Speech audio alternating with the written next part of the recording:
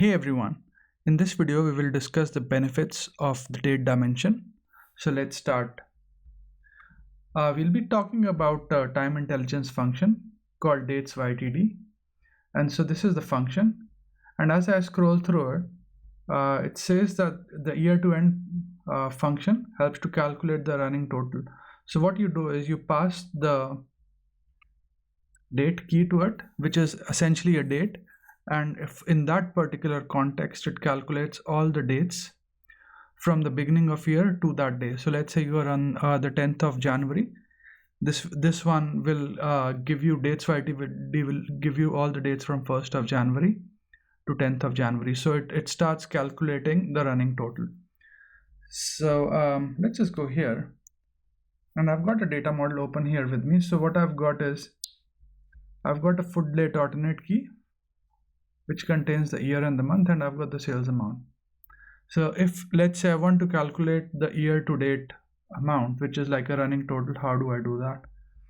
So we'll replicate the same logic essentially. So we'll just say new measure, and here with the measure we'll just call it sales amount,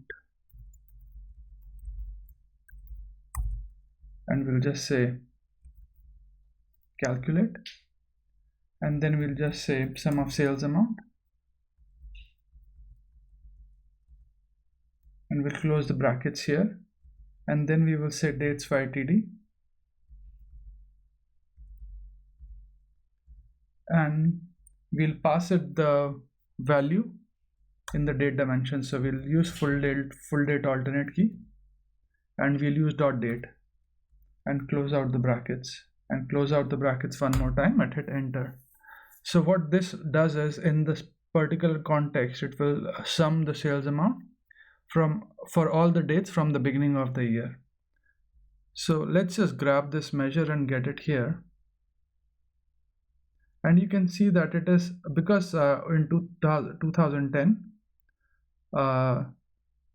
it is just at the end of the year, there's no running total, but you can see that it starts adding up the amounts.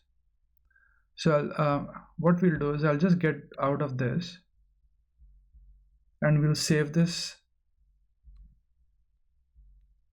data in the downloads folder,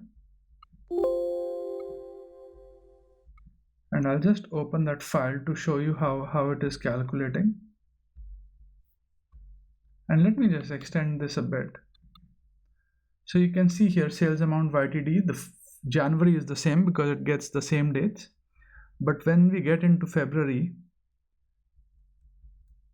the SalesYTD in February is the sum of these two, as you can see at the bottom. And then you can see as you keep adding more, the SalesYTD reflects the sum of the sales amount for the 3 months. So it creates a running total for that year, and you can see at the end in 2012 it restarts again. So and then it again rebuilds the running total.